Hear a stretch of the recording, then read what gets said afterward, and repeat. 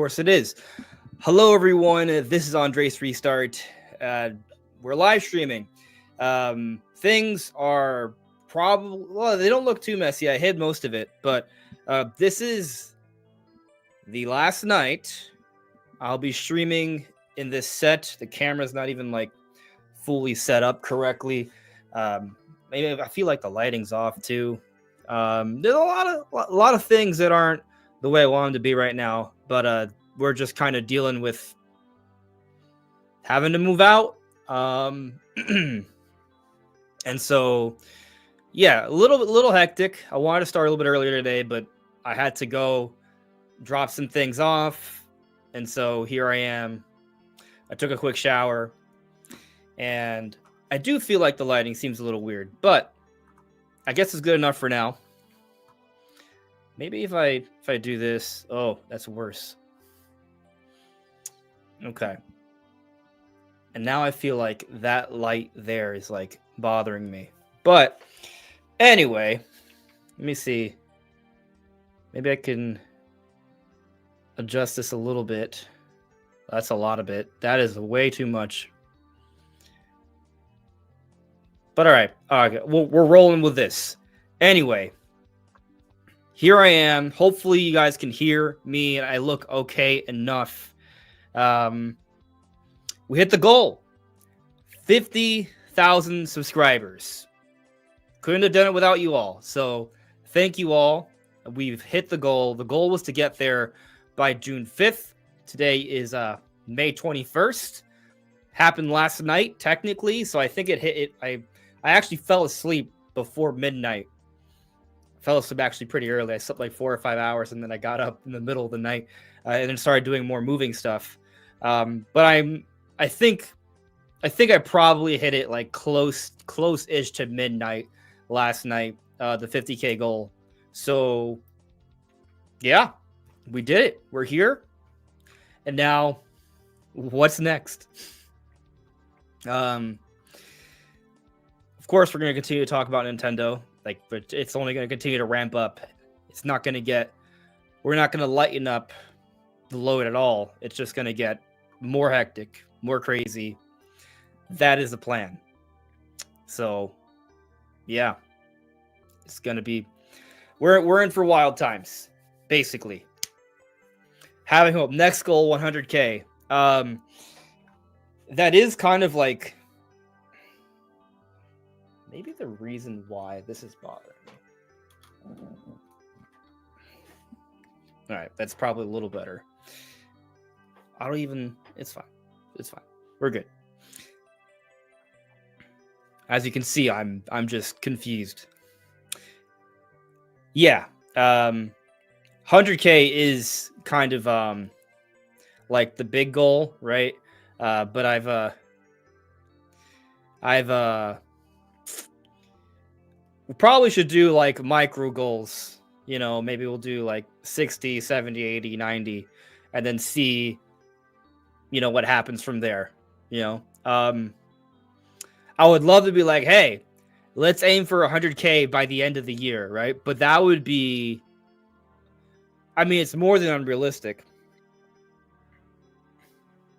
10K in 2 weeks, BOE would also be insane. So I've gained a little over 3,000 subscribers in the last 4 weeks. So that's pretty good for me. That's really good for me. So I would have to kind of like almost double growth to hit 10K in 2 weeks. No more than that. I have to triple growth. I have to more than triple growth in 2 weeks. But in terms of like, if I wanted to hit 100K by the end of the year, right? We're 50K. Let's say if I was gaining 6K every month, 6 times 6, that's still only 36,000. Maybe round it up to 40, right? Like, we still would fall short, right? So growth would have to be more than double the pace that it is right now. And there's no guarantees that that level of momentum will even continue, because things might slow down once Switch 2 comes out. Of course, there's also the possibility it goes in the opposite direction and it continues to ramp up. That's a possibility. I actually had thought that this month of May might be slower than the month of April, just because April we had like all the big news, and then May would be like that kind of awkward in between month. But it hasn't been that case for me. So, you know, yeah, maybe if May exceeded my expectations, we'll see. And I think it's interesting about this, right? Like I'm talking about like personal growth for the channel, but I do think it kind of coincides with Nintendo momentum, right? Because I'm a Nintendo channel, right? So, you know, if momentum's picking up for the channel, there's likely a correlation to how things are going with Nintendo right now. And so if the excitement is picking up in this month of May lead up, right? And then in June, we have the launch of Switch 2. We'll probably have another direct. There'll be a lot of third-party announcements at Summer Games Fest. We'll probably start getting more news about Donkey Kong Bonanza. And then I guess another interesting consideration is that once the Switch 2 is out there to the public, right? Like I'm going to have my Switch 2, right? A lot of you watching are going to have your Switch 2s. Your friends and family are going to see you playing the Switch 2 or be playing with you, right? Especially when you have a game like Mario Kart that brings in other people, which might be kind of a genius move by Nintendo, because maybe they realize with the price, with the fact that it's a follow-up to Switch 1, it might be harder to convince people to buy the Switch 2 compared to the Switch 1, at least initially. But if you have that strong devout following early on, that it's playing Mario Kart World and has some pretty good looking third-party games like Cyberpunk, for example, people come over to play Mario Kart with you and they're like, whoa, that is awesome. That's probably going to get even more people interested in buying the console sooner than later. So conceivably, things could pick up for Nintendo in June once the console comes out. Like we could be talking about like a building of momentum. And then yes, in turn, that may also benefit me, right, as a Nintendo creator. So I think there could be a correlation there. So that could be fun. We'll see what happens. We will see. I'm gonna basically doing like a Q&A tonight, right? I'm first gonna get to the super chats I have here, and then we'll run through. So, Eric Torlato, thank you for the super chat. Congrats, my man, best news guy out there. Thank you, I very much appreciate that. It's interesting. Recently, I decided to do. I don't even know. I mean, I guess I'm curious on what you guys think, because I obviously, like, my perspective of myself, right, that's different from what people may see from the outside. But I have done a little bit of a transition in the sense that I've done more just like straight up news videos, right, where you see the title, right, it's more vague, but it's also, that's because there's like 20 things I'm talking about. So I can't really pick just one thing. It's really more like, hey, this is like the news that just happened in the last day. And so I haven't done that much of that kind of content throughout most of my YouTube career. But I guess what's interesting is that where we're at now, that kind of makes the most sense. And if I didn't do a lot of those kinds of videos, I wouldn't be able to keep up with all the news that's coming out, right? Because normally how I do things, there might be videos where I talk about more than one topic at once, but usually I try to focus on kind of one big takeaway, and I'll mention the different things that sort of been happening, right? And so, and I guess these slow news times, that's kind of worked, but with everything that's happening now, it kind of just makes more sense to go more broad. Hey, there's just a lot of really cool news right now, and then I talk about all of it. And then there's still going to be like the videos where I'm more focused on a particular thing. Like on Monday, we talked about kind of DLSS, right? And we still had our dedicated Donkey Kong and Mario Kart theory videos, and those are still going to happen for different games as well. But it just, with where we're at right now, there's just been so much news. I've kind of almost gone more in that news direction as of late, but the rumors and theories, that's still going to be a part of it as well. But thank you, Eric. I very much appreciate your super chat. Joycey J, thank you for the super chat. Joycey says, congrats on 50K. Now something about Zelda. Thank you, Joycey. I appreciate you. I don't know if you saw this, right? But we did have our creator's voice for Hyrule Warriors Age of Imprisonment. And I found the creator's voice to be kind of weird, actually, because there's actually several bits in there, and I didn't talk about all of it in the news video. Well, I guess that news video was yesterday. Man, time, like, it feels like it was forever ago, but the video literally dropped like 22 hours ago. 26 hours ago. Anyway, there's 3 takeaways I had from that creator's voice, and I talked about 2 yesterday, but not the third. The third is that, and this is more Zelda lore related, they confirmed, we speculated this, but they confirmed that the sages with the masks, we're going to be learning more about them in this game. Maybe they even take off the masks. We're probably gonna hear some voice acting from them, and they're probably gonna be playable characters that are prominent to the story. So that's gonna be neat. It's a theory that's essentially been confirmed, and that's exciting. 2 other things that they brought up during the creator's voice that I did talk about in yesterday's news video. One, that there's going to be a lot more characters on screen, right? They talk about the advantages of Switch 2. And then the other that is a little surprising is that they are aiming for a higher FPS.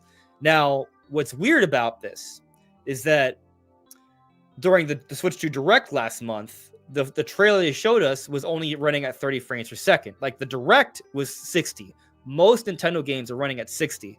But this one game, being made by Koei Tecmo, is not running at 60, at least from what we saw during the Switch 2 Direct. And in the creator's voice, they mentioned aiming for a higher frame rate. They don't mention specifically 60. But what I noticed is that most of the footage, which is just them re-showing footage from the first trailer in the Direct, still at 30, because it's the same trailer. However, there is a clip in there that is new footage. It looks similar, but it's new footage with Rauru kicking tail, and that footage is running at 60.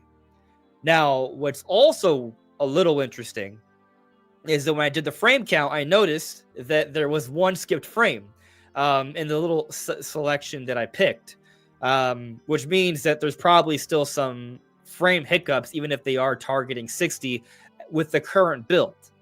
Now, the game may not even come out this year, and this may have something to do with why we don't have a kind of like a release window in terms of what year it's in, right? We do have a release window of winter, which I assume means sometime between December 2025 to February of 2026, right? However, during Nintendo's recent earnings release, when they put out the financial explanatory material, right, they had listed a variety of games and their release windows or release dates, and one of them was Age of Imprisonment, and it initially said winter 2025, and we covered this. But then the next morning, I checked it because there was more news that was relevant. I saw in that same material, Nintendo had updated the page, and it was just winter. They made a mistake of some kind. Either they leaked that they actually are aiming for a 2025 release, or it's just like a pure mistake.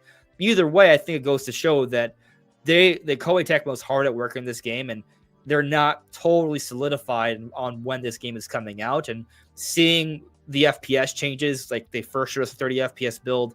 A month and a half later, we see a few seconds of a 60 FPS build, but that 60 FPS build is still not a perfect 60. And I mean, the Switch 2 is vastly more powerful than the Switch 1. I don't really think there should be any excuses here. The game should run at 60, like a smooth lock 60 with no hiccups. The game looks like the Switch 1 game, basically. There might be more characters on screen. The textures might be more clean. I get it. Like, there is more going on. But it's essentially the same kind of game in terms of gameplay and how it looks. They should be able to hit 60. So they have a 60 FPS build. Hopefully, by the time it comes out, I assume, 6 to 9 months from now, it is a perfect smooth 60 FPS. So there's a little bit of a Zelda fix. It's a spin-off Zelda fix, but that's a little bit. We'll probably talk about more soon. Chrono Rig, been a member for 31 straight months. I appreciate Chrono. Thank you. I appreciate you, Chrono. Thank you. Having Hope 5, been a member for 27 months. Can Ruby join in on the celebration? LOL. So, I actually kind of wanted to get some little streamers and little pop things, and then maybe put like a little party hat on Ruby, but I didn't even start the stream on time, so I didn't have time to do any of that because I'm moving right now. So like, time has just not really been there for me. That said, I can bring in Ruby. She probably will just walk out or jump off my lap.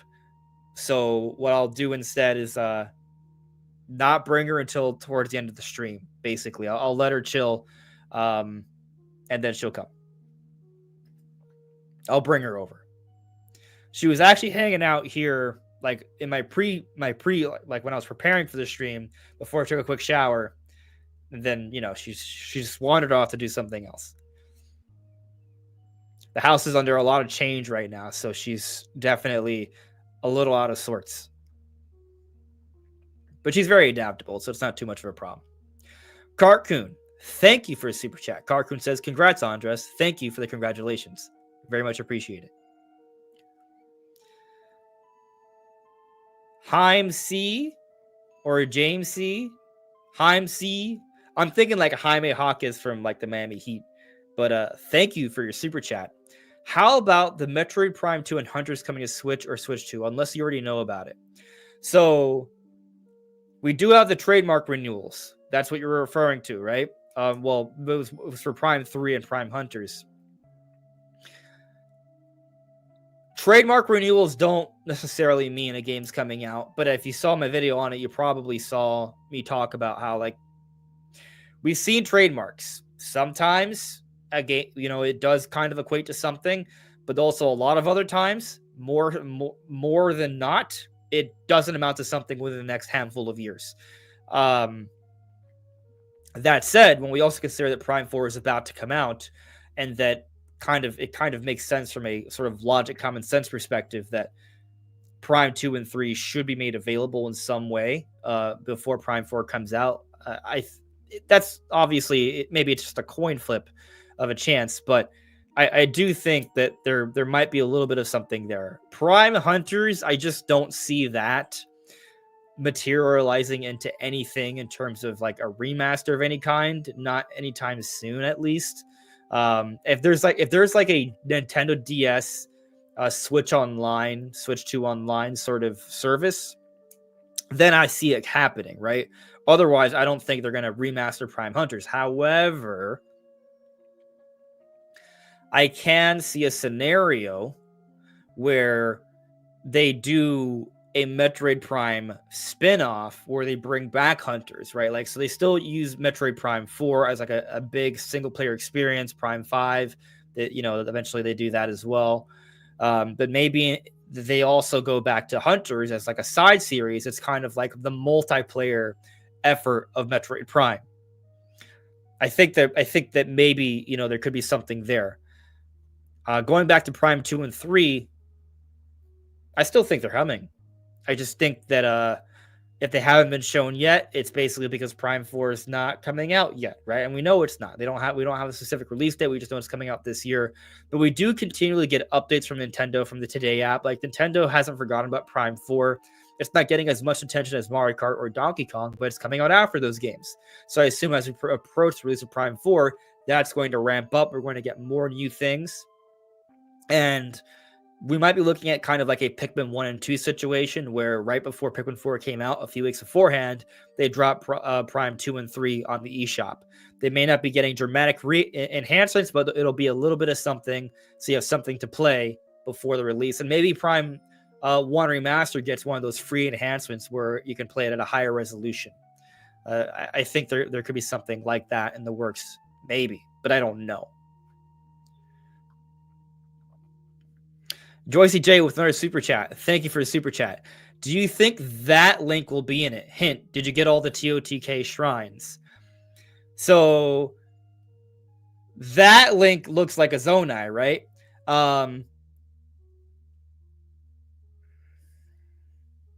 Makes a lot of sense.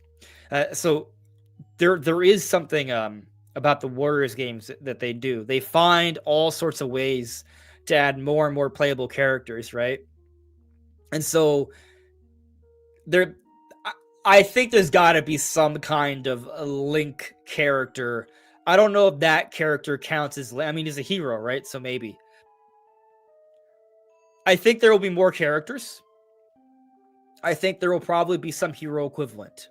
If it's him, sure. Like there's got to be something there. I think so. All right.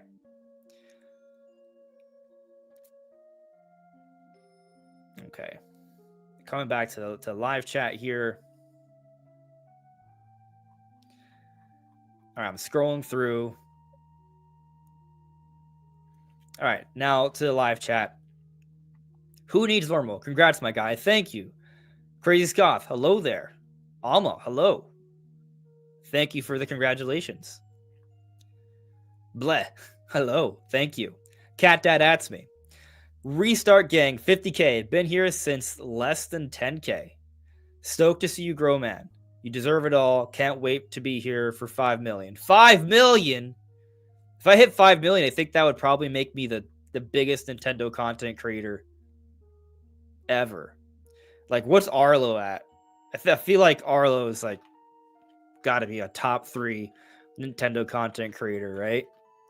Like, how many subs does Arlo have? At least 1 million, maybe 2. Okay, I'm wrong. Arlo only has 733,000 subscribers. Beat 'em Ups is huge. Beat 'em Ups is one of the bigger creators as well. Beat 'em Ups has almost 2 million. I think I was getting them across because I knew there was a creator, a Nintendo creator that had almost 2 million. Beat 'em Ups has 1.86 million subscribers. Scott the Waz?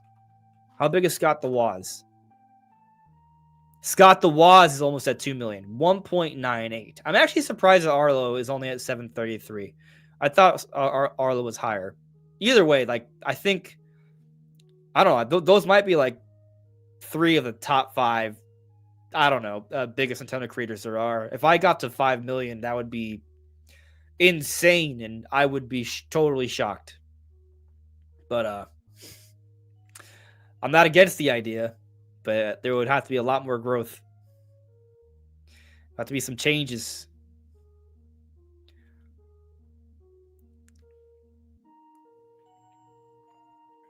For me, like, what I'm aiming for, right? And, you know, I'm never going to stop. But getting to 100,000 subscribers for me is going to be like, I guess for me, kind of like my big moment when I get that plaque, just because, like, things are looking promising right now. But once I hit 100K, I feel like at that point it'll be like, okay, so this is a long-term career, right? I can continue doing this and focus even more on it. And I just won't have to worry. Like, I won't be concerned about, can I continue doing this full time? Once I hit 100K, I feel like I'll be there. I mean, in truth, like, me hitting 50 is a big stepping stone there, right? Like, the momentum I have, how I'm doing, like, things are very promising right now. So, you know, well, when I hit 100K, I'm probably going to celebrate really hard. Like, it's not just going to be, hey, here's a live stream and that's it. Like, no, there's going to be, I might travel to Japan. I might have a party. Like, it's going to be a lot bigger. I'm going to make it a lot. It's going to be a big thing for me. So, yeah.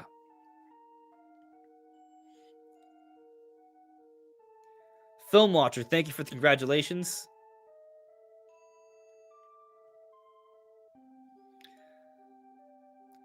Lex, hello there. How are you? Pokemon fan, hello. Thank you for the congratulations.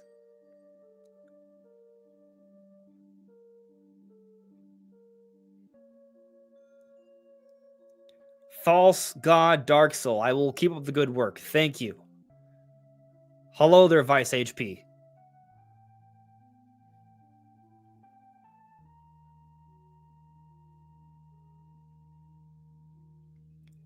It's TC. Thank you for the congratulations. I will do my best to keep you all informed.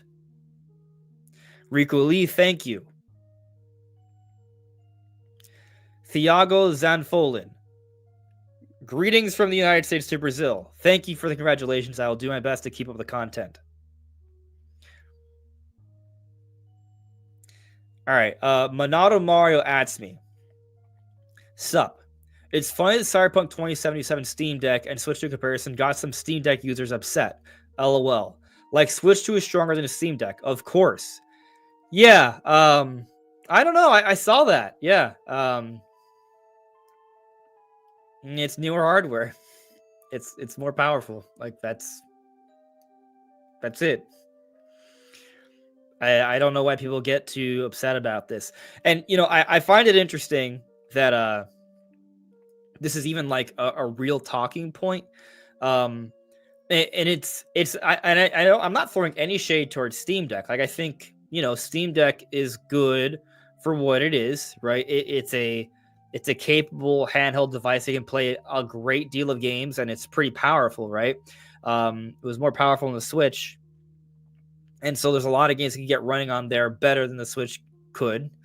And so that it's been a big deal in that sense, but also Steam Deck isn't, from a numbers perspective, like it's extremely niche, right? Like not that many people have a Steam Deck in comparison to a Switch. Like it's a very small percentage.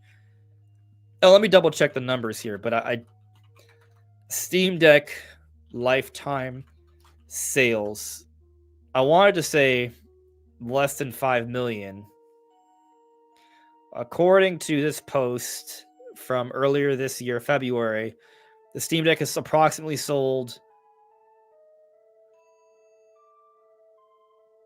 4 million so far.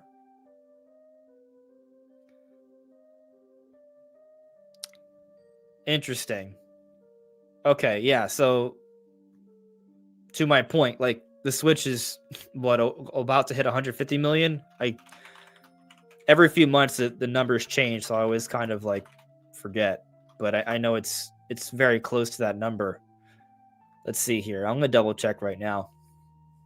Switch sales are at, okay, that's Mario Kart sales, which is at 68.2. Okay, it's already past 150. I forgot. 152.12, and that means it's 3 million shy of DS, right? Which is at 155. Actually, I guess DS is at 154. Okay, now I'm remembering now. PS2 used to be marked at 155, but they updated that to be at 160. So a lot of people like joking around that Sony will update that number again as the Switch approaches 160. Anyway, point is, Switch has sold over 152 million systems worldwide. Steam Deck has approximately sold 4 million as of February. Maybe it's around 5. Like, we're talking about, like, that's not even 10%, right? It's like what, 3% or something? Like it's a small fraction of total sales. So yeah, it's very small. I'm trying to, right. Yeah, so the 4 divided by 152, it's less than 3%. 2.6%. So it's not relevant to Switch, basically, is what I'm trying to say. It's a niche thing, but if it appeals to you, then that's fine. There are plenty of things that I enjoy that do not sell 150 million worldwide.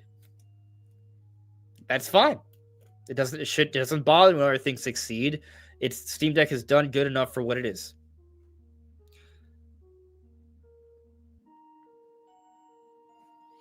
Scrolling through the chat.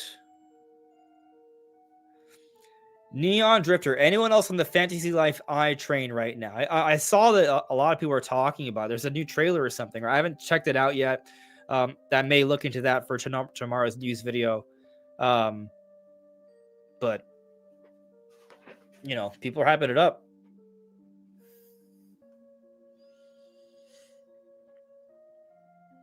Connor asks me, hello, congratulations on getting 50K. Thank you.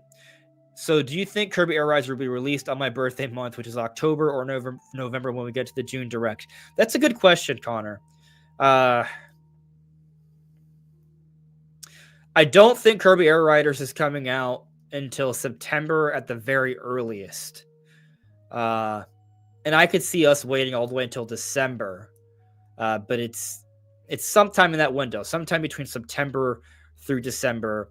We have Kirby plus Starcross World, right? For Kirby and the Forgotten Land plus Starcross World Switch 2 edition coming out at the end of August. So I think we definitely have to wait after that point.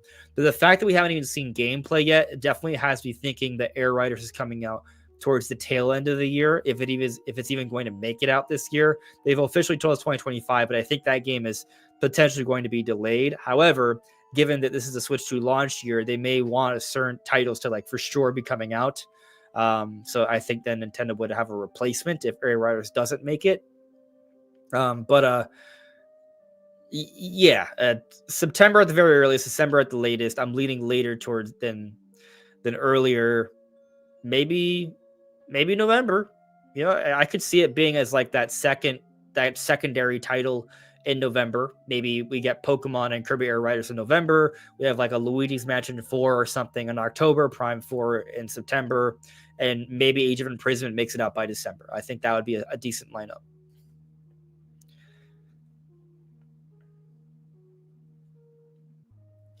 Skipler J, wasn't that one cutscene with Zelda at the beginning of the first trailer running at 60?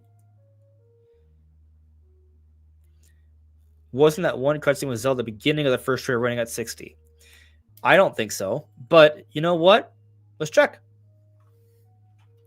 I have the trailer here. I'll check right now. As soon as it pops up on my computer. But it won't because my computer's weird. It's a drive thing. So I know I have it in this folder. I'm going to screen share this and we'll count it out. Oh, actually, probably the best way to do this, I could do it on YouTube, but I think if I do it on my video editor, it's a bit more clean, less potential delays, and easier to see.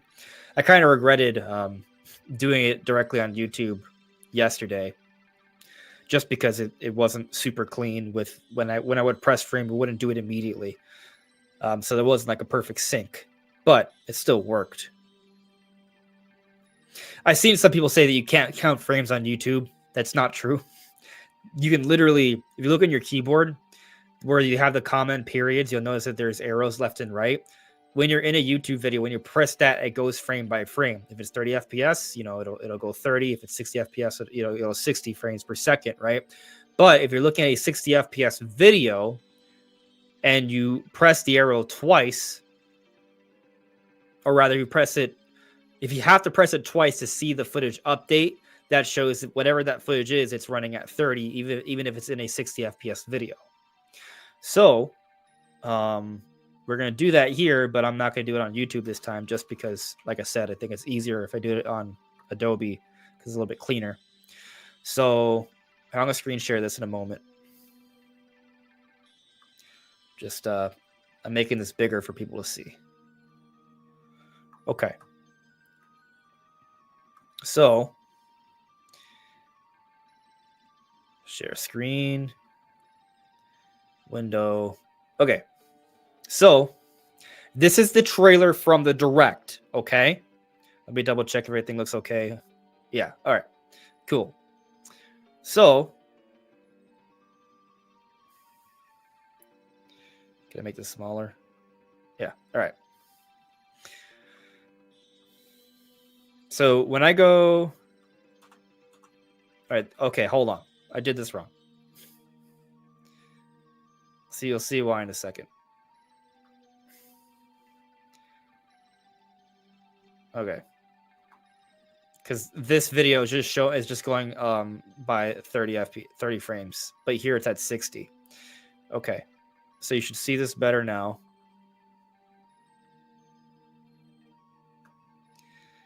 Okay. So you look at these particles, right? I go 1, 2, 3, 4, 1. Like you see, it's every other frame. So 1, 2, 1, 2, 1, 2, 1, 2, 1, 2. Okay. But this is not like the Zelda cutscene, right? So you wanted to see the Zelda cutscene. It's like right here, right? So you wanted to see this. 1, 2. You saw the finger twitch. 1, 2, finger twitch. 1, 2, finger twitch. 1, 2, finger twitch. 1, 2, finger twitch. In other words, this updates every 2 frames. So this is in a 60 FPS feed, meaning it's at 30 frames per second. However, we pull up the creator's voice footage. Okay.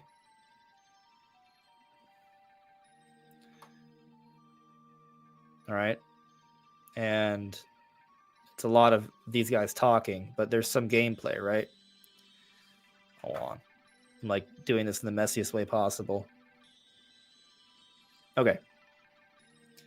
So you see when they're talking, I think even they recorded themselves not even at 60, which you don't need to do for people. 1, 2, 1, 2, 1, 2. You see those particles? Same thing, right? This is the same footage from the trailer back in April. 1, 2, 1, 2, 1, 2. Okay. And you can see whenever I update, you see that moving there. 1, 2, 1.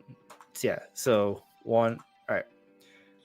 1, 2, 1, 2. So you see every 2 frames, it changes, right? Meaning this footage here in the creator's voice early on is 30 FPS footage. 1, 2, 1, 2, 1, 2. However, over here, this footage right here is running at 60. See, 1, 2, 3, 4, 5, 6, 7, 8.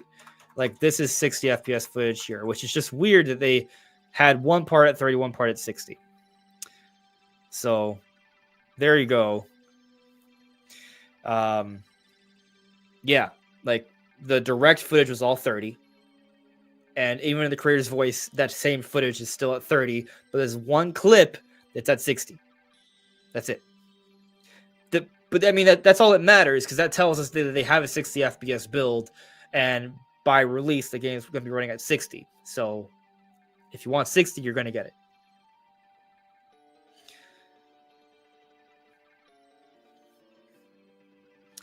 All right. Let's see here. I'm looking through the chat. Okay. I think my chat updated, so I'm lost now. All right. Actually, there's a few new super chats, so let's get to those.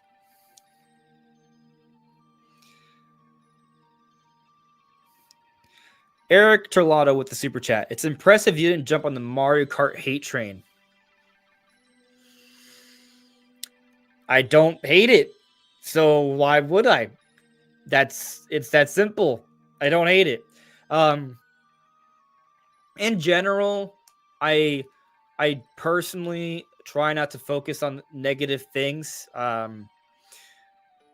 You know, it's an interesting balance as a creator, right? Because I mean, at the end of the day, it's a business, right? And so if you're in this, you know, as a career, as a job, you need to, you know, produce content that's going to get views, like you do, or else you can't continue to do it as a job.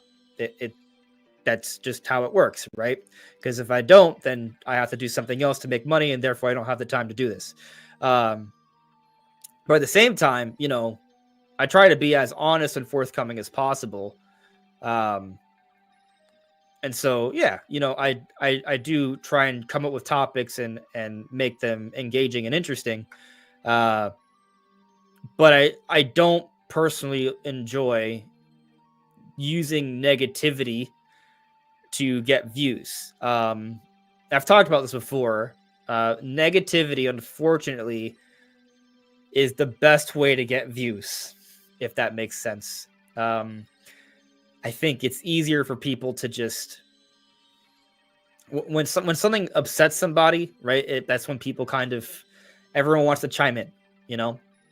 Because I think there's a lot of that arguments, drama that it brings people in. And so I'm not going to say that, like, if something happens that I dislike, right, or you know, I still try and talk about the things, but I'm not going to try to like consistently use that as like a a major point to like bring in viewership, because I don't want to do that. But I'm gonna be, straightforward about what I think on something. But I don't think there's really anything about what Nintendo's doing that is extremely terrible. For some people that might be a hot take, because there's certain things about the Switch 2 and Mario Kart that people are like, oh, it's too expensive, right? And it is more expensive. It is. Then it's a pill you have to swallow. And so you make of that what you will. But I look at Mario Kart World and I'm excited about the game. Like, if I was making negative videos about it, I would be actually lying, because I don't have anything really negative to say about the game. Except, okay, 4-player split screen is running at 30. And I talked about that. I don't like that 4-player split screen's at 30, but also, was it ever realistic to expect an open world game to stay open world and run at 60 4-player split screen? It never was. Most games these days don't even have a split screen option at all. The fact that we can play in the open world in split screen at a smooth 60 for 2-player split screen is impressive. And which I guess I'm kind of like, all right, well, at least we still have 4-player split screen, right? And it's still an okay 30. That's probably my only, like, I guess, criticism. But even then, it's kind of like, well, there are hardware limitations. So how angry can I realistically be about that, or disappointed? There's a lot going on with the map. There's a give and take, right? Like, maybe they could have hit 60 for 4-player split screen, but that would probably mean that the visuals would be more simple. The world wouldn't be as dynamic. There'd be less destruction, less things going on, worse animation work, or what have you. Like, is a loss of all that worth it for just 4-player split screen when you might not even notice it that much to begin with? I mean, I would also say that ideally, if I'm playing like a multiplayer if I'm inviting friends over, I might prefer getting multiple big screen televisions like lined up together or in a couple different rooms, and just have 2 people per console. Because that would just feel better, and that would be cool. Granted, maybe also having 4 on one screen, 4 on another would also be cool. But at that point, how much do we care about the 30 FPS? Beyond that, I don't really have there's nothing about Mario Kart World that I'm like, oh, that's disappointing. I mean, yeah, it's $80. I guess that is expensive. But also, games are getting more expensive right now. Like, where we're at, like, with this is just the times, So yeah, I also don't like getting political, because I'm not a politically oriented person. I'm just excited about the game. And the more and more we talk about the game, the more and more we learn about the game. The fact that, like, you can use the binoculars now, right, to look over the environment. The fact that we're seeing different types of missions.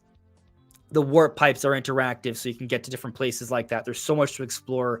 I think the mechanics with the trick system, there's really going to be a lot of potential there, and just finding different ways to get to places. Like, I love exploring open worlds and really experimenting with what I can do. It's one of the reasons why Breath of the Wild is one of my favorite games ever, because it's kind of like the pioneer of that type of gameplay, and Mario Kart World is kind of building off that, but also integrating that with, the racing and all. So I'm extremely excited for the game. Like, it feels like they made the ideal Mario Kart game. Like, I've actually kind of like fantasized about this kind of Mario Kart game for years.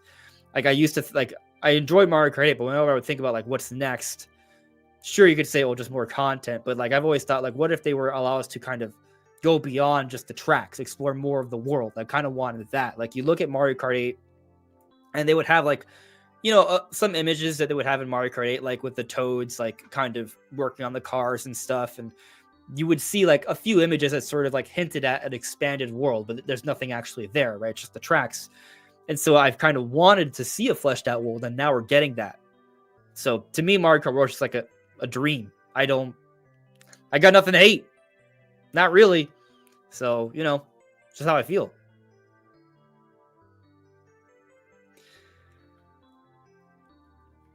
THX 1138. Switch 2 day one will outsell Steam Deck lifetime.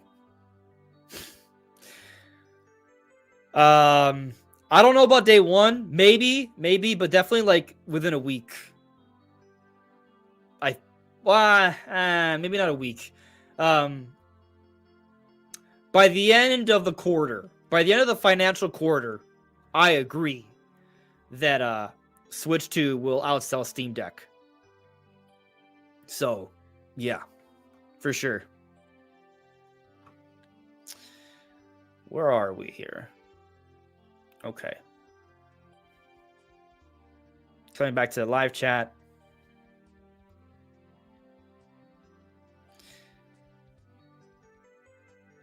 Wilberforce Rooster. The developer asks that Mario Kart World was a very good read. A lot to learn about how different teams work together to make a whole. Yeah, I love reading the Ask Developer stuff. There's a lot of good things there. I mean, maybe I can pull something up here that I didn't talk about in today's video.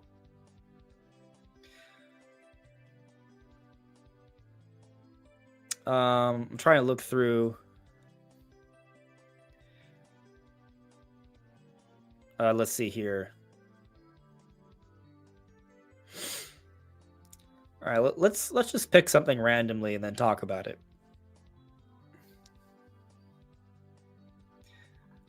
All right, so I'm on. Sorry, I'm on part 2 right now. So here, with the move to Nintendo Switch 2, you were able to implement things you couldn't previously. On the other hand, didn't that mean you need to do a lot more than before? Ishikawa, that's right. Of course, the graphics need to be more detailed. But like Satsu-san, I also felt like it was outweighed by the sense of relief. From the beginning, the designers were saying they wanted to make the art richer, so I thought we could achieve that now. For example, team members who were creating the terrain in the scene were really happy because they could now place more trees, which were key to giving the world a more natural look. And I read stuff like this. I'm like, oh, that may seem like a simple thing, but I think it's actually kind of a big deal. There's some footage that I talked about last week that I think would be worth bringing up here. Maybe a lot of you haven't seen this footage, so I'm going to share it with you. Give me a second to find it here, though. Because there was something. I think this is it. This is it. Yeah, this is it. Because it happened after that Mario Kart video I made. All right, so it was a YouTube video someone posted. And, okay, I think it's this one. I think. I'm going to share it with you guys in a second. Just give me a second to find it. I think it's this one. Nope. It's not that one. It was not that one. It's got to be the next one, though. Right? Right? You guys have no idea what I'm looking at right now, but yeah, this is it. Okay, cool. Okay, perfect. Perfect. Okay. So, let me share this bit of footage here. Okay. So, this stuff right here is awesome. Okay? So, this person's just racing off. This is Switch 2 footage from Berlin, by the way. And you just see them exploring, right? This is like a random area, but like, look at this. Look at that. Like, this is like the underside of a track that no one would ever go. And so as you see here, like there's a candy forest. There's a whole candy forest here, right? You can see like light shafts and stuff. Like this looks awesome. And so as you get closer, you can see there's even more. There's more. And then, oh, there's a warp pipe, right? I've talked about the warp pipe being interactive. There you go. Like stuff like that, is cool. Like there's a lot more geometry to the environment. The environments are actually fairly interactive. So it's cool stuff. It's cool stuff. So, yeah, there's a lot to this. The yellow kazoo, yes, it looks so good.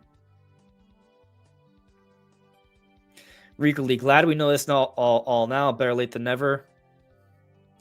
Dis Inferno, what's with Andres' voice? I do not know. I don't know what's wrong with my voice. I'm doomed.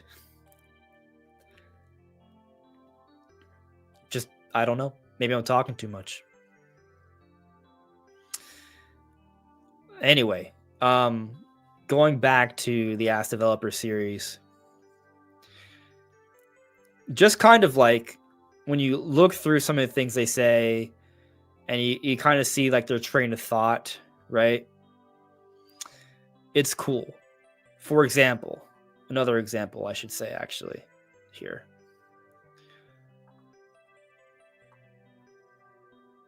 Right?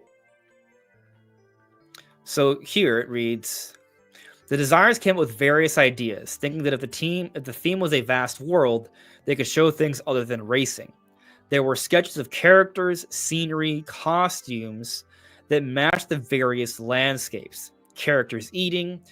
We had a vast, interconnected world in mind, so a good deal of the concept art depicted the scenes of people's lives there.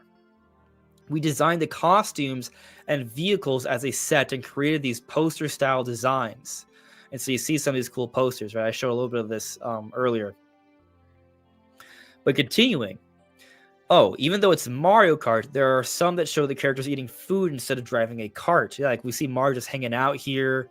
Like we're just kind of seeing a little bit more of like the life in the Mario Kart world or Mushroom Kingdom, which to me, I love that stuff. It's one of the reasons why I love Paper Mario, because the Paper Mario games, they allow you to explore a more expanded Mushroom Kingdom, talk to the characters, go to different towns. And it's in a way, it allows you to immerse yourself more into the overall world and lore of the Mario series. And so we're getting kind of a lot of that in Mario Kart World, you could argue.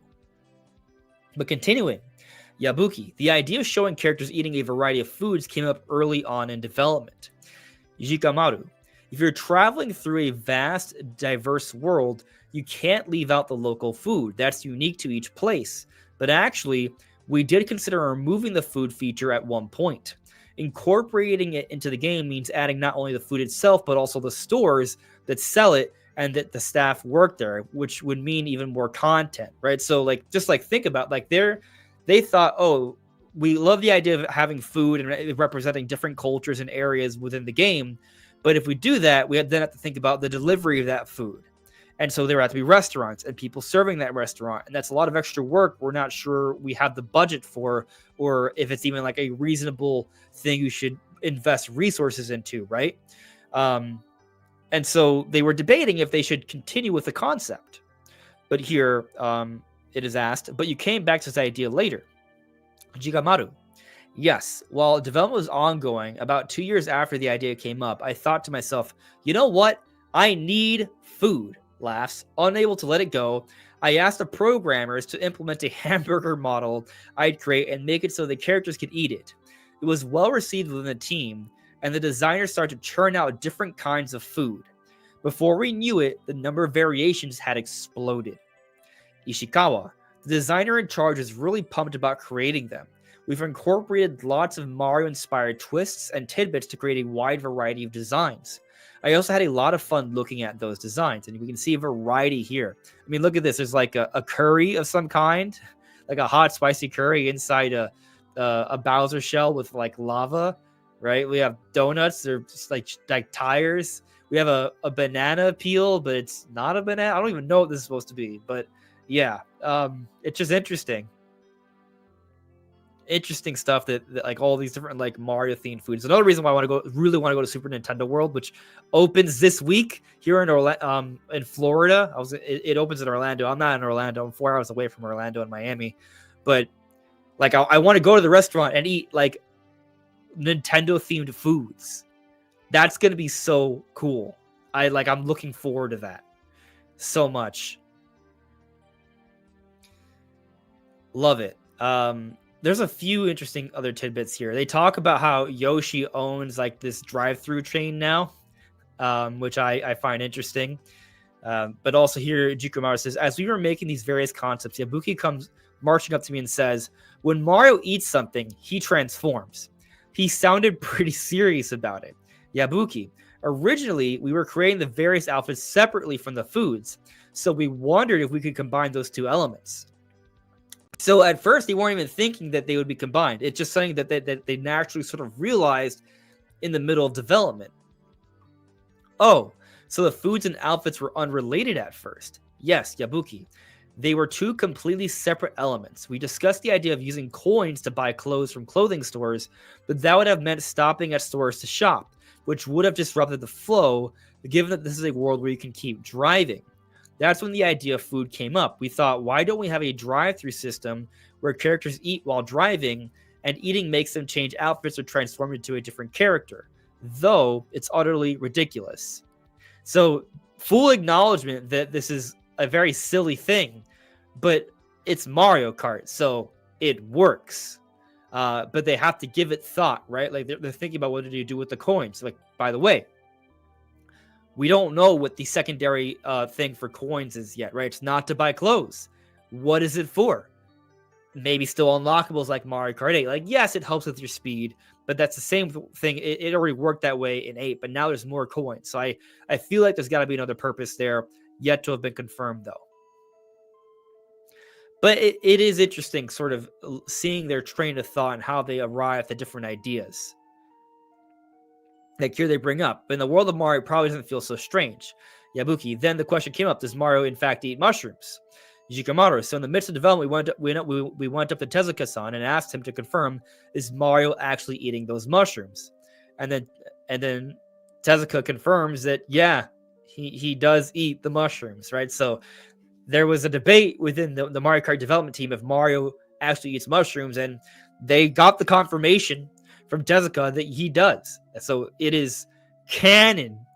If there was ever any debate, when Mario powers up with a mushroom, he's powering up by eating said mushroom. So now we know. So it's just cool little tidbits like that. Today, I kind of was like having fun with the idea that Yoshi is laundering money through his new drive-through chain now, so he can continue his tax evasion. That's based off a meme, right? But I like the concept because they fleshed out Yoshi more with the drive-throughs. Yoshi is a businessman now. He owns the McDonald's of the Mushroom Kingdom.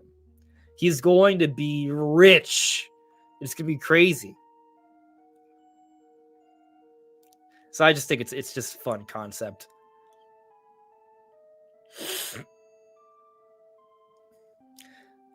Pazman 2007. All this new Mario World stuff. New 3D Mario's gotta be pure open world. I would think that they are going to go for a more vast open experience, but I wonder, like, I think it's got to be more than just an open world, like it's got to be more than that. It's got to be something even more significant. By the way, today we got another interesting theory confirmed. Mario Kart World started off as a Switch 1 title, which we've been speculating, right? We've also been speculating that Donkey Kong Bonanza started off as a Switch 1 title, yet to have been officially confirmed, but it seems really likely. And so I've been talking about this for a while, right? But throughout the entire Switch era, we never saw a new game from the 3D Mario team or the Mario Kart team. We now have confirmation that the Mario Kart team has been working on Mario Kart World this entire time. Now, does that mean it's the only thing they've been working on this entire time? I really doubt it. And I think the same is probably the case for Donkey Kong Bonanza. In other words, I think there are other titles that they are probably not done with, right? Because they were working on multiple things at once. But I wouldn't be surprised if both the 3D Mario team, which may be working on Donkey Kong Bonanza, and the Mario Kart team, which is finishing up Mario Kart World now, well, there should be, the game's gold already, right? Like it's coming out in 2 weeks. I wouldn't be surprised if both these teams have other projects that aren't too far off from completion, probably still being worked on, not done, but those will be a part of the second wave of Switch 2 titles. And I wouldn't be surprised if the 3D Mario team's second wave Switch 2 title is 3D Mario. So it's interesting to think about. And so I then wonder, like, if there is another Mario Kart team project, what is that game? I Some people may want to just assume that they've only been making Mario Kart World this entire time. It is a pretty elaborate, sophisticated game, but I don't think so. I really don't. I mean, I think actually going back to the Ask Developer series, I think reading through what they said might be worthwhile here. So, well, there's a little bit that translate. Yeah, I didn't talk about this part too much in today's video, so I'll read that here. So here they say, when did you decide to move development of this game to Nintendo Switch 2? Sato, Yabuki-san first brought it up around 2020. Back then, we already had an idea of the next system's expected specs, but it wasn't until a bit later that we actually received working development in units. Until then, we just had to proceed with the development based on provisional estimates. And so they were already thinking about moving this over to Switch 2 back in 2020. Like, this is 2025, people. By the way, in the prior page, they confirmed that they started development in 2017 at the end of the year. So, where do they say it? Oh, I think they actually, so if they say here in the beginning, actually, Control F is my friend. Right here. We were thinking about what to do for the next Mario Kart game, even during the development of Mario Kart 8 Deluxe, and we began prototyping in March 2017.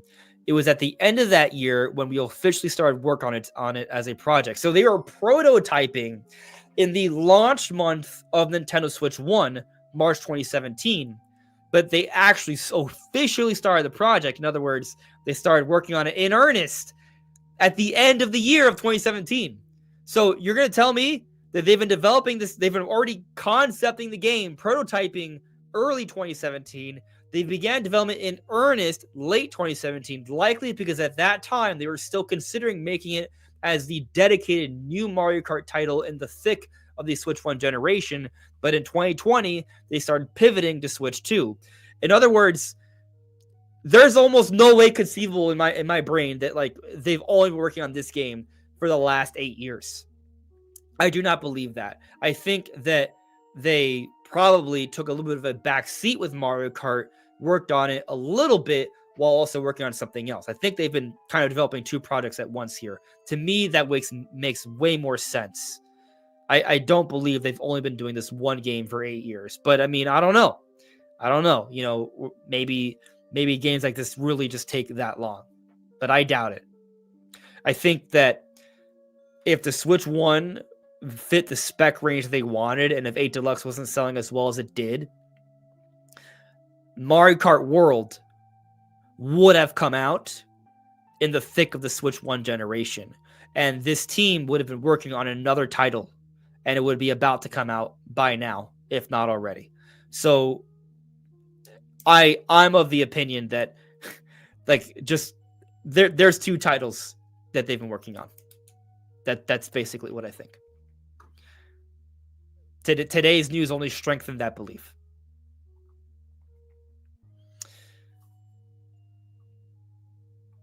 But what do you guys think?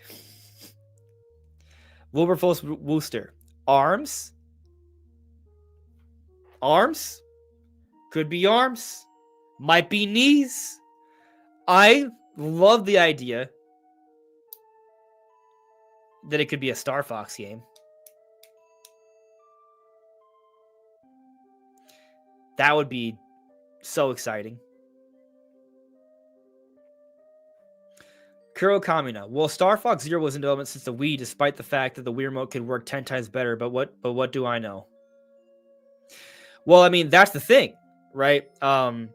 Games sometimes take back seats. Like Pikmin 4 was in development for like a decade, right? Like, but that's not the only project that team worked on. So, you know, point is that I think sometimes we shouldn't like be like, all right, they've only been working on this one thing this entire time. Like things can happen in tandem, right? So I just think more realistically, they have been working on something else. Neon Drifter feets, toes. Pokemon fan, these are good ideas. Forest Hoku heads, all great ideas. Shoulders, legs, good one. Having hope, but just elbows. Come on, elbows. Look at that. I'm like a praying mantis right now. So, a lot of possibilities there. Who said this? I saw someone mention it. Neon Drifter. The new DK design has grown on me. He's even more personable now. Let's talk a little bit about that before closing out tonight. So I'll still be on for a little bit. But if you guys have any final questions or things, I'll start putting them out now, so I get to them by the time I'm done by 9ish. Let's see. So,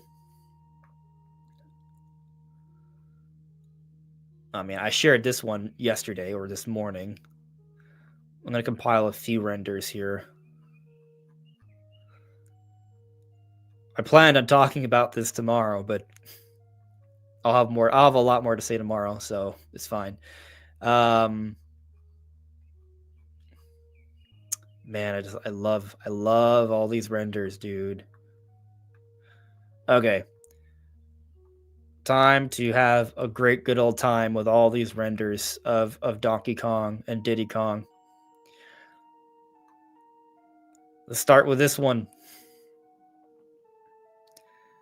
It's beautiful. Beautiful. DK and Diddy are beautiful. Love it. I also love that we look at how Diddy Kong is riding on Donkey Kong's shoulders. We already know that Odd Rock rides on Donkey Kong's shoulders, and we've seen young Pauline from the leak also ride on Donkey Kong's shoulders. Diddy Kong is fitting very similarly to those characters. So could Diddy Kong be also a companion character to Donkey Kong in Bonanza? Is it the case that maybe in Bonanza there are actually multiple companion characters? I've been theorizing that young Pauline is actually Odd Rock, and that could still be the case, and we could still also have Diddy Kong, but it might also be the case that there are just a lot of different kinds of characters here. What about Dixie Kong, for example? Even Dixie Kong could ride on Donkey Kong's shoulders. Like there could be a lot. They could even have, I don't know, Mario could be on DK's shoulders or something. That would be crazy. Mario's a little bit bigger, but it's not impossible. And we've also seen some animations where Odd Rock is next to DK. It's not just all on his back and shoulders. So, they could conceivably have a companion character that's just running alongside him for whatever reason. It should be noted that this isn't actually the Bonanza design, right? This is just like the generalized DK design with Diddy Kong. So this technically is not Bonanza key art. So we're clear. This is just Nintendo Donkey Kong key art.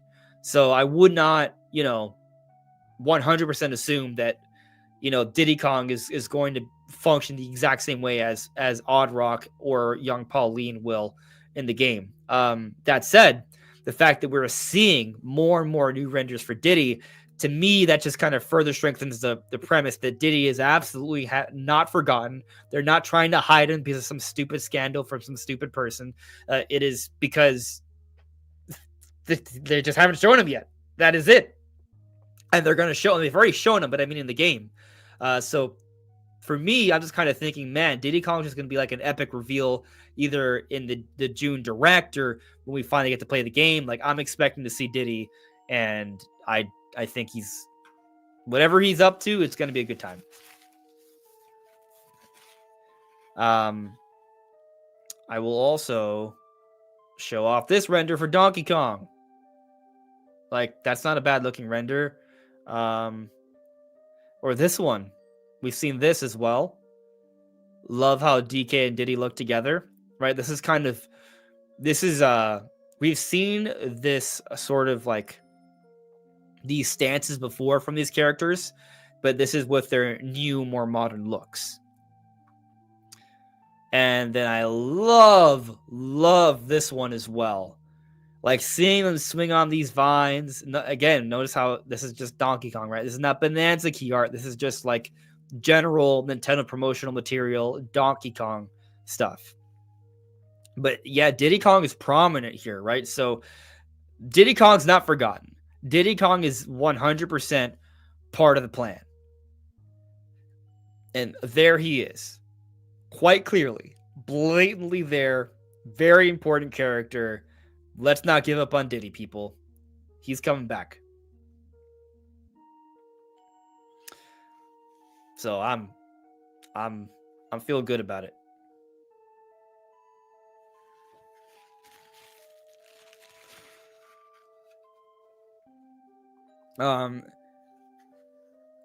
D Statter asked me, what are your favorite DK Country games in order from best to worst?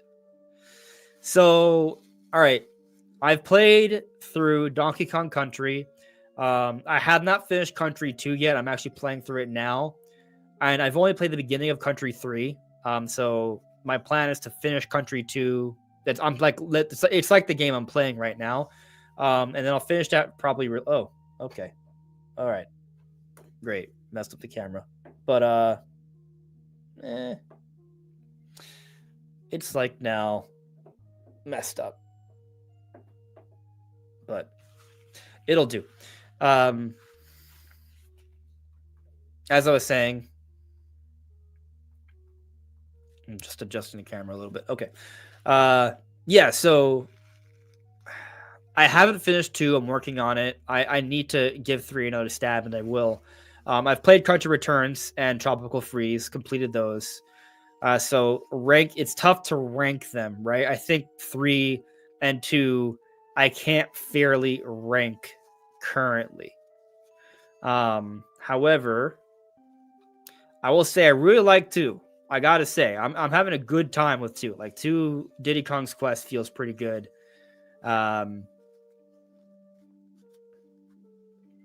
It's tough to rank them. It really is. Tropical Freeze is so good though. But the lack of the King K. Rool Kremlin stuff, I do think kind of hurts it a little bit for me.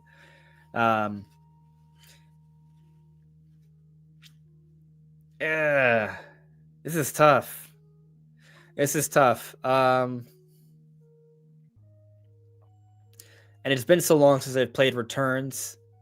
So I feel like there's recency bias here, right? Like I want to put Tropical Freeze above Returns. And I feel like I have to kind of rate the modern country games differently than the classic ones, right? Like it's almost like not fair to compare them, if that makes any sense. But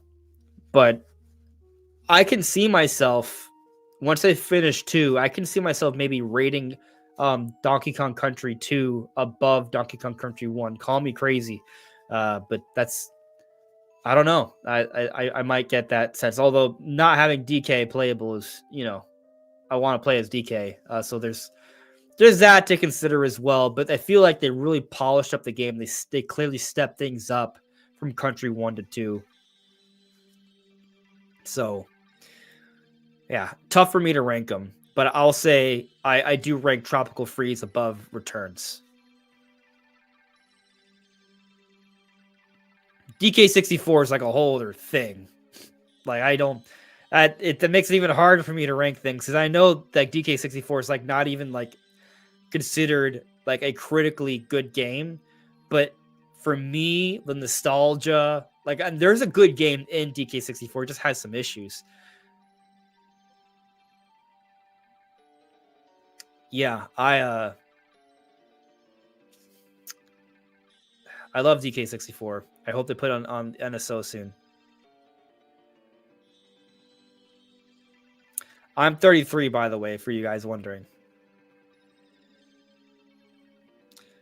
Been around for a good old while. I was born 91.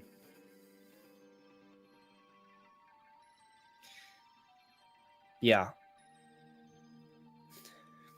Neon Drifter. The best Donkey Kong game is Donkey Kong Jr. Math. There you go. Right, Neon Drifter, like it was magical. The leaps in tech we'll never see again. That's the thing. Like the jump from Super Nintendo 64 was just mind-boggling because we went to 3D visuals. But even, I feel like the jump from NES to Super Nintendo was also intense. They were doing some crazy things. And it's one of the things I like playing Country 2 after 1. Like, you can see them making some advancements in 3D technology, even though it's on the same console, which is pretty cool.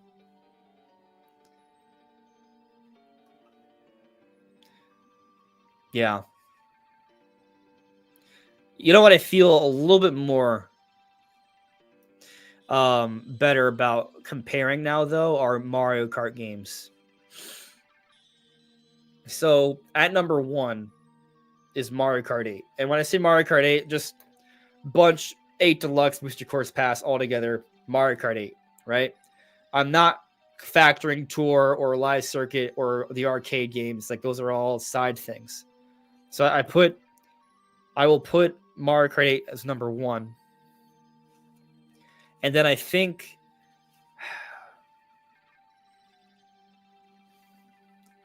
I might want to put Double Dash as number 2. I think I'll put Double Dash at number 2 because with Double Dash, like, it had a stellar amount of content, for the time. It has aged really well, but also the cooperative mechanics were so deep. If your teamwork was optimal, like, you could do some crazy things. So I put Double Dash as number 2. Then after that, I think I want to say Mario Kart DS because it felt so impressive for the time. It was the first Mario Kart game to have online play. The missions mode with the bosses were so good. And then after that, I'm like debating between. Oh, it's tough. It's Mario Kart 64. Like, I think that there's a lot of this. I have a lot of nostalgia bias for that because that was my first Mario Kart game. It was very cool for the time, but also there were some frustrating elements about it. So I think I will not rank 64 that high. I think I would then place. I'll give it to Mario Kart Wii. Even though I think some people would argue that Mario Kart 7 is a better game. But I'm just thinking about my own personal list. I had a really good time with Mario Kart Wii. I loved that they had kind of like these online events where there'd be boss fights and stuff. And so it's kind of like that element that pushes it over the edge for me. And also, wheelies were fun. I had such a great time with Dolphin Dasher. And maybe it's because, like, I didn't get as much time to enjoy 7 as I should have. Maybe that's why I'm kind of biased here. Mario Kart 7, when I played it, loved it. I owned the game. However, some of you may know this for those who are well acquainted with their Andres Restart lore. But my 3DS, I had a decent library. I had Ocarina of Time 3D. I had Resident Evil Revelations, Luigi's Mansion 2 Dark Moon, Kid Icarus Uprising, Star Fox. Like, I had a good library of 3DS games. But I also played Pokemon competitively. And so I had Pokemon games. And I went to a Pokemon tournament after I'd come back from school for summer. And my stepmom at the time believed that, like, my competitive efforts in Pokemon were unhealthy to a spiritual degree, right? Like, she thought me playing Pokemon was cursing my father or something. Difference of religious opinion, I guess. Now, she claims she never threw it away, and maybe she didn't. I do not have the proof, but she did tell me that if she saw anything Pokemon related in the house, she would throw it away. So I had actually put all my 3DS games inside one of my Pokemon cases. So it was a Pokemon case, but I just had all my 3DS game cartridges in that one spot, except, ironically, all the Pokemon games, because since I was playing Pokemon competitively, I needed access to them to, like, trade Pokemon and stuff, right? So I went away to a tournament for a weekend or a day. I come back and I look inside my closet and I cannot find this Pokemon case. It's gone. It just disappears. And there goes hundreds of dollars of 3DS games. which also included Mario Kart 7. So I didn't play Mario Kart 7 as much as I wanted to because I lost it somehow. Someone took it and got rid of it or kept it. Maybe it wasn't my stepmother. Maybe it was someone who visited the house and saw it and took it. I do not know, but it was in my closet and it disappeared. So yeah, just gone. Anyway, because of that, my experience with 7 is somewhat limited, so I would rank 7 below Mario Kart Wii. But I still feel like, from what I remember of it, the polish of that game puts it above Mario Kart 64. Unfortunately, I do not enjoy the Super Nintendo or Game Boy Advance Mario Karts as much as the 3D ones. I feel like racing just works way better in 3D than 2D, like, quite frankly. I still think they're interesting, right? I'll mess around with them on NSO somewhat. I will say I do like the improvements they made to Mario Kart that we see in Super Circuit on Game Boy Advance. So I'll put Mario Kart Super Circuit next, and then dead last is the very first Mario Kart, Super Mario Kart for Super Nintendo, which you might think is a little insulting, but at the same time, you could argue, well, that's a good thing because that shows that they've continually improved the series over time. So yeah, that's kind of how I would rank the Mario Kart games. None of them are bad games, right? Like, that's the other thing. When you're ranking good games, if all of them are good, the bottom of the list is still good. So, yeah.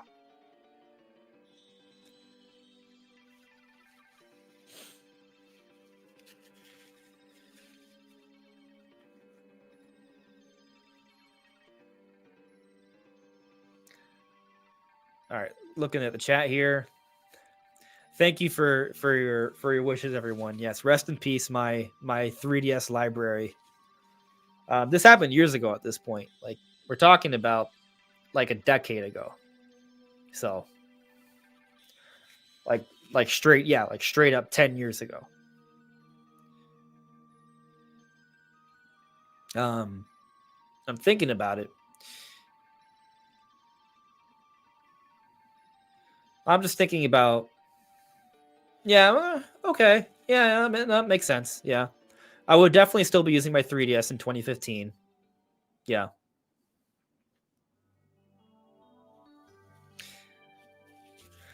Yeah. Anyway, that was a long time ago.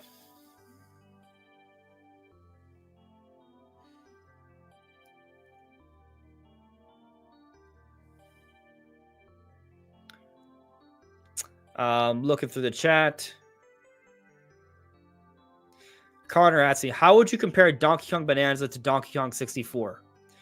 Interesting question. So, I would say that, one, I haven't played Bonanza, so I can't say for certain, right? However, I do feel like there are elements of Bonanza that almost make me feel like in some ways it's a successor to 64.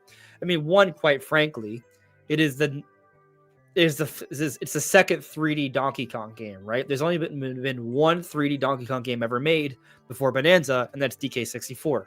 So straight up from that perspective alone, Bonanza is a successor to DK64. It's the next 3D Donkey Kong game. And so already that makes it a similarity, right? It's another 3D platforming Donkey Kong game. But I think it goes a bit beyond that. What's interesting about DK64 is that Rare developed that game using the engine they also had for Banjo-Kazooie, right? And these games were collectathon games where you had these open and sandbox environments, and there's a lot of different cool things to collect, and there are transformations in the Banjo games, and there were not transformations per se, but you had different characters you can ride, like On Guard and Rambi, but also you would not transform, but you would swap characters, right? You'd have other characters swap into, like Chunky Kong, Lanky Kong, Tiny Kong, and Diddy Kong. So you had a lot of different variations to the characters you could play as, which weren't transformations per se, but they were an interesting approximation or similarity, right? And so Banjo-Kazooie and Donkey Kong 64 were very similar. What's interesting about that, though, is that here in the modern era, Mario Odyssey, in some ways, almost feels like more of a successor to Banjo-Kazooie than it does to Mario 64, because it is these open sandbox environments with tons of transformations and lots to collect. So there's a strong similarity there. And what's extra interesting about this now is that while Rare is not involved, right, from what we know, right, we assume like probably not, right, but the Odyssey team seems to have had a hand in Donkey Kong Bonanza, right? We've seen a lot. There's certainly like mechanic similarities, UI similarities. There are rumors of the Odyssey team working on a 3D Donkey Kong game since like 2018 or 19. It's likely the case, from what we understand, that at least some element of the 3D Mario team has had a hand in this project, which is also interesting because the 3D Mario team also worked on Donkey Kong Jungle Beat, another 2D Donkey Kong game that doesn't get mentioned enough, and I hope we get to see on GameCube NSO in the not so distant future. But anyways, point is, the follow-up to Odyssey is Donkey Kong, right? Which in some ways feels very like an evolution of Banjo-Kazooie, which was also a framework used for Donkey Kong 64. So there's kind of like an interesting sort of structural similarity there, I would argue. But the other thing to consider is that we've seen a lot of hints and references to Donkey Kong lore, right? We have the barrels, Rambi, mine carts, Cranky Kong, Kremling like skeletons. We've talked about the map designs of Croc Core and the Northern Hemisphere and the crazy eyes, and it feels like the evidence is continually mounting, right? Like there's like dozens and dozens of pieces of evidence that seem to be alluding to King K. Rool, the return of DK's truest, most consistent rival. And if King K. Rool comes back, this would be his first time back in a mainline Donkey Kong game since the country games, the original country games. I'm sorry, since DK64. DK64 happened after Country 3. So that would be another thing from like a story perspective, like, oh, K. Rool is back, right? This, like, from a story perspective, Bonanza may be essentially kind of like a follow-up to Country 3, or I keep saying Country 3, I mean DK64. So it's not confirmed yet, but that it seems like that's where we're headed. So yeah, I would say there's both story and gameplay kind of similarities there, but obviously evolutions, a lot of evolutions and revolutions.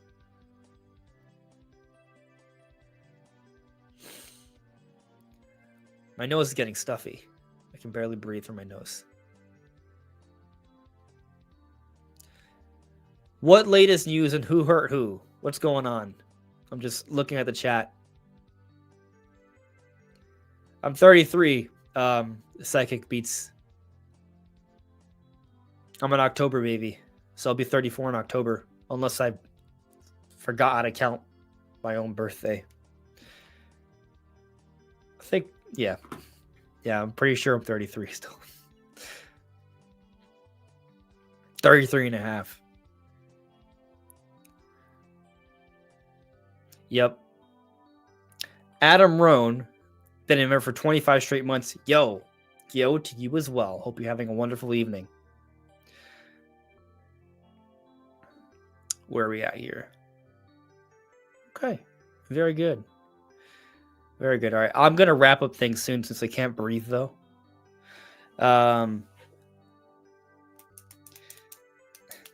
Yes, Yellow Kazoo. Jesus was 33 when he did all this big stuff, right? I am also 33, so hey, we hit 50K. Maybe we do hit 100K before I turn 34. That'd be wild. Alejandro Blanco. I read the article on why Donkey Kong got the redesign in the first place, and it's not just from that quote. He said in the second Mario movie trailer direct. Yeah, I'm gonna read that article soon. Yellow Kazoo, you can always hit me up. Just shoot me a message. Twitter's better for me, though. I don't look at my Discord too much. Joycey J, if your lungs feel clogged, drink up a hot teddy. Yeah, I could probably put something together there.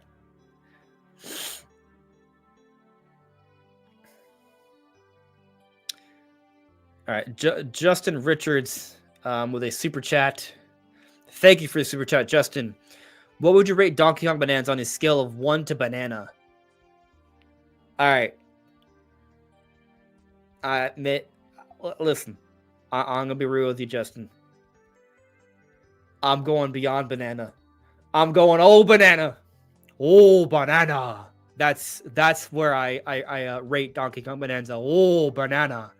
So yeah. By the way, that's another DK64 reference, right? Whenever you get the golden banana, he would go, "Oh, banana," and they do that in Donkey Kong Bonanza. So it's another kind of little thing about how Bonanza is like really like a successor in a lot of ways to DK64. Man, it's gonna be crazy. It's wild that right after World, we're gonna get. Like, I was thinking about this recently. I'm so hyped for Mario Kart World. Like, I've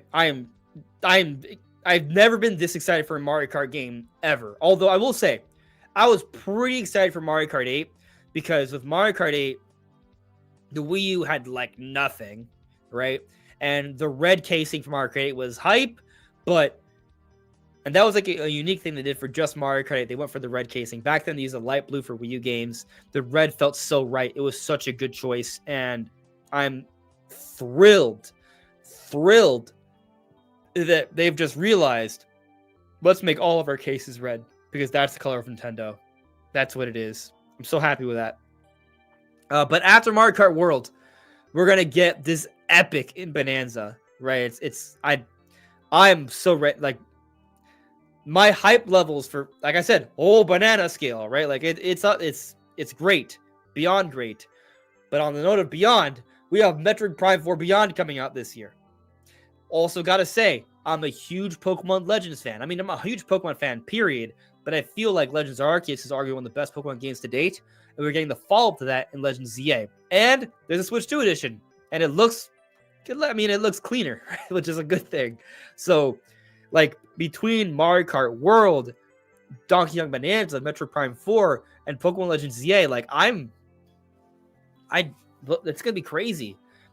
I'm gonna get Kirby Air Riders. That's gonna be hype.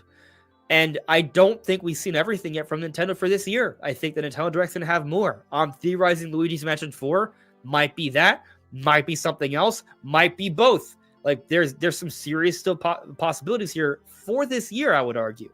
So, like, I just kind of think about it like, this is insane. Like, I feel like a Mario Kart World, a Donkey Kong Bonanza, or Metroid Prime 4, any of those games could be like a Game of the Year contender game for me, and they might have more.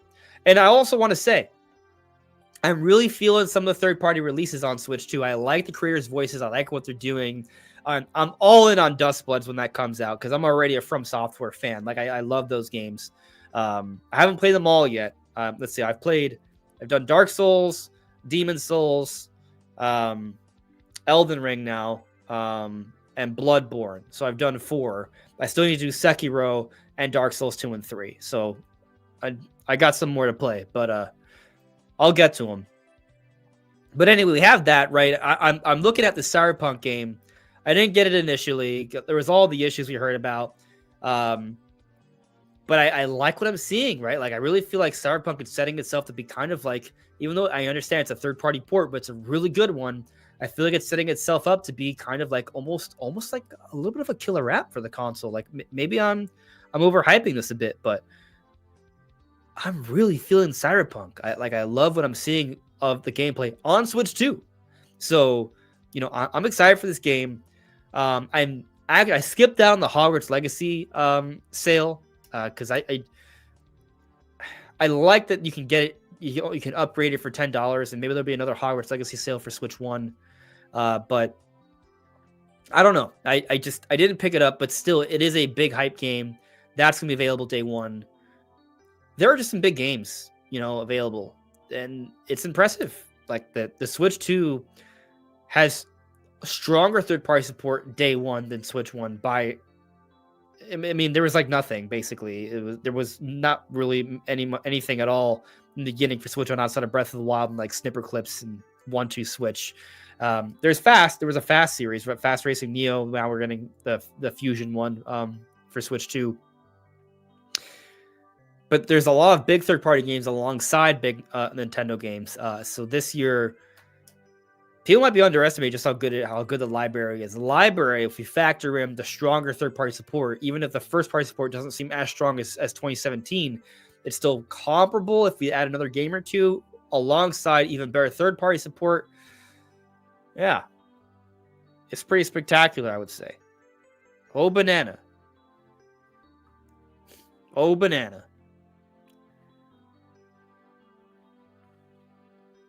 Fast RMX. Thank you, Tater Salad. Joy CJ. Cyberpunk is a day one buy as soon as I can find another physical version. Yeah, I probably should pre-order it.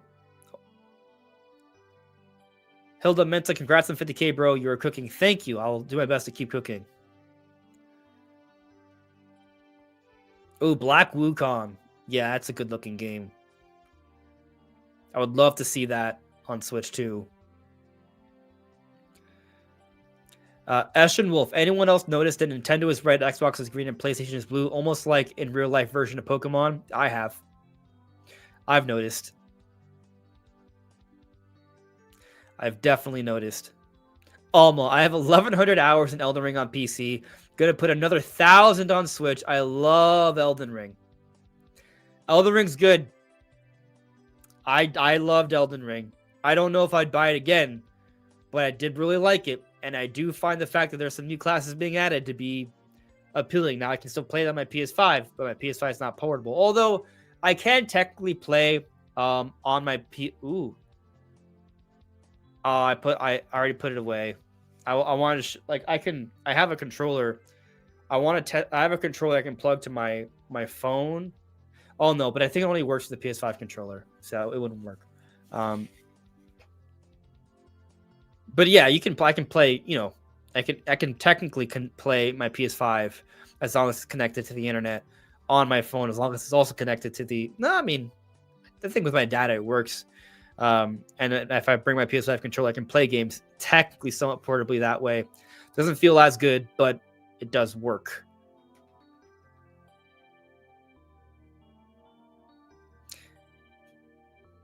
Connor, what questions do you have?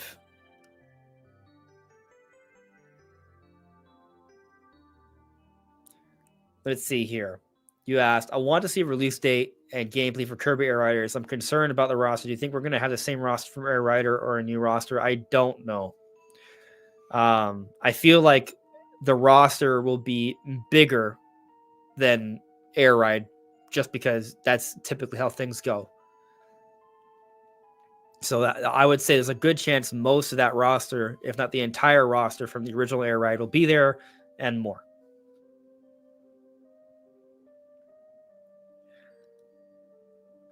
Yeah. Yep. Tater Salad. I'm still hoping for Doom Dark Ages on Switch 2. I would not lose out on hope on that. I think it's an eventuality. Wasn't there day one, but I have little doubt that Microsoft is going to continue to support Nintendo, and including their Bethesda games. Yeah. Anyway, I think that's it for now. This is the last stream I'm gonna do here on this set. Hey, the set got me to 50K, so there will absolutely be an interim set where I'm gonna stay at my brother's for a couple months while I kind of situate things for my new place for a few months. We'll see how things go. I don't know how the next, the interim sets, it's going to be an interim set, right? It's not going to be that fancy, if you even consider this one that fancy. I mean, I just have stuff everywhere, right? But I don't know. I'm not going to place too much focus on, as long as the recording quality is good, that's all that really matters to me, right? But I'm sure I can get creative and make the next official set neat. I'll put some work into it over time. I think the other thing is that when I first moved here, and I had this set up, I had bigger plans in mind, but once I realized it wasn't going to be a forever, stopped, right? Like even with what I did, I invested a few $100s into this set, which may not be a lot, but it was something. And so I kind of stopped trying to like work on it. The next set, we'll see. But there's going to be an in-between set until then for a few months. So it's a summer of transition, essentially. But yeah, for those kind of curious on what I'm getting at in terms of like the move and stuff. Oh yes, having hope. I will fetch Ruby in a moment. Basically, you know, I was staying here, kind of watching over my grandmother, right? But she's alive, but she's at a point where we have to put her into a home where they're better equipped to take care of her. And so this is her house, or it was her house, but now since she's going to live in a home, we have to sell it. And I'm not in a position to fork out over $500,000. So I can't buy this house because I don't have over $500,000 or like $600,000 to buy the house. So, you know, I'm not buying the house is what I'm saying. In other words, I have to move. And yeah, it's kind of like a big transition for her family, right? Because, you know, we're putting her in a home. She's good, but it's just, she's just at a point where she needs constant care and treatment, and me just kind of like checking on her at night, you know, while nurse is here during the day is not enough. So yeah, gotta move on, and then I'll get my own place in a few months. That is basically what is going on. I will now fetch Ruby. Ray Spence, I see you left a message. I'll get to that once I get Ruby. So I'll get Ruby. I'll be back in like 30 seconds. One moment. Ruby.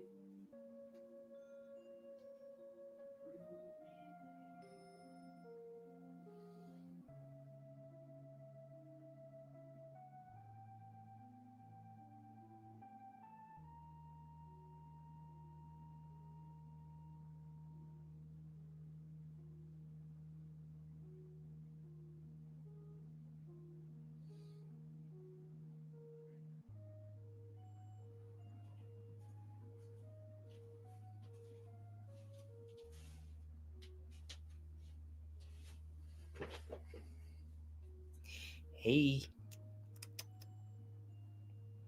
Say hello to people on the camera. You're not even interested in the pencil? Say hello.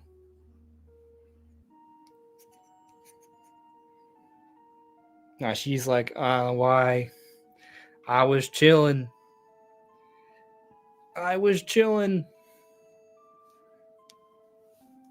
Don't go. She's good.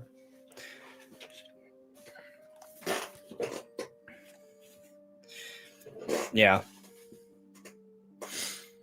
So, Ruby made her appearance. She didn't want to play with a pencil. She's like, I'm sleeping. Leave me alone. Okay. So, let's see here. Ray Spence. Been in here for 18 months. Thank you, Ray Spence. I've been pushing for you. Congrats on the 50K. See you at the next milestone. Thank you. I will continue to push towards the future milestones, Ray. Thank you very much. Justin Richards with a super chat. Thank you for the super chat. 2 weeks holding breath starting now.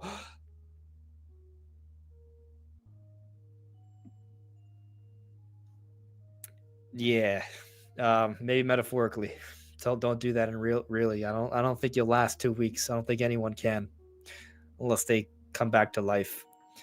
But it's crazy. Like, I'm really hoping I am less than 2 weeks away from my Switch 2, because reminder news flash for those who haven't seen what my pre-order is. My pre-order from Walmart says it's expected to arrive by June 4th. So fingers crossed, will have my Switch 2 by June 4th. I really hope this happens, because if so, that unboxing stream will really... I think the unboxing stream would do really well, right? Because I have the console a day early.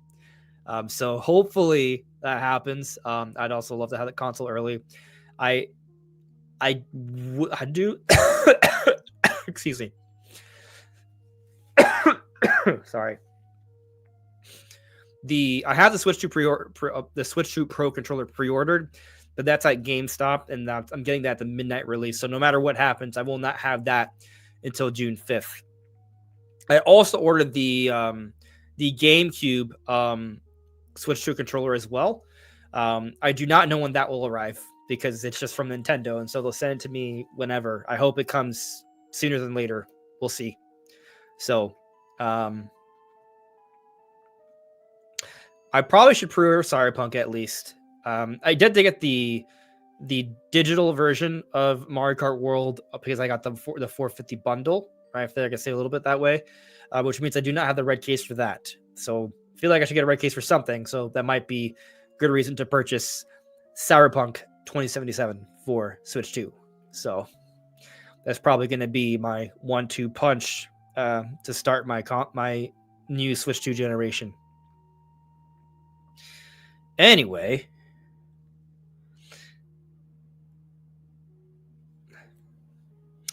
Cat Dad, good point. Cat Dad here says, dude, you need a cat tree in the background of your next live setup for Ruby to chill on. I agree. I'm gonna get something like that. I do have a laser pointer, by the way, Tater Salad. So, you know, I've been meaning to get a cat tree for her. I have some little things, but I want to get a big one. So I'll probably get a big one, and maybe I will put it into the set. It kind of Miami's expensive, right? So the next place I get for myself, right, that I pay for, we'll see what I can do with space. But either way, I know I'm getting a cat tree in the next place. I just curious on how that may fit in the recording space I'll have. But it's a good idea. Justin Richards, D-Brand still doesn't know when they're shipping their accessories. Told me by the end of June. Mad about it. Yeah. A lot of accessories. It's kind of like, it's interesting. Like, we're all like hotly anticipating this stuff, and we're like, oh, I need to have it day one, or I hope I get it early, or hopefully it doesn't take too long. But once once all the dust settles, we're all gonna have all the Switch 2 stuff we need and want. So the dust will settle. But yeah, thank you for the super chat, by the way, Justin. I very much appreciate it. Let's see here. What was I going to say? Cat Dad, I live in Cali. I feel you on the expensive rent. Yep. What's funny, like, if I lived in a cheaper location, I probably, like financially, I wouldn't be, like, concerned, right? But I live in Miami. Now, I could choose to not live in Miami, but this is where my family and friends are. So it's kind of like, do I choose to live a life alone in an environment I don't like, or do I just find a way to make it work here in an environment I like where my family and friends are? I choose finding a way to make it work, right? So yeah. Miami's expensive, but this is my home, so trying to find a way to make it work. Being Paul Gale's neighbor would be nice, Bill. Paul and I would get along in real life very well. He could teach me some karate. Texas would be fun. Texas is cheaper than Miami, last I checked. That wouldn't be the worst idea either, Joycey. Johnny Hernandez here says, what's up, bro? There's a report that a new Rayman game is in development. Definitely will be coming to Switch 2. I haven't seen that report, but I find that to be extremely believable. So, yeah. I think you're right. So, yep. Anyways, everyone, thank you all for coming by. It's been a good time. saying goodbye to this set, but hopefully we'll have a better one in a few months. We'll see. Fingers crossed. Regardless, the content is still coming. The good times are coming. Switch 2 is coming out soon, and I'll be live streaming by next week for sure. I love to live stream on the weekend. I keep wanting to, but I never find the time to. So I'm not going to make that promise here. But next week I'll be back to live streaming. So no worries. But that's all for now, everyone.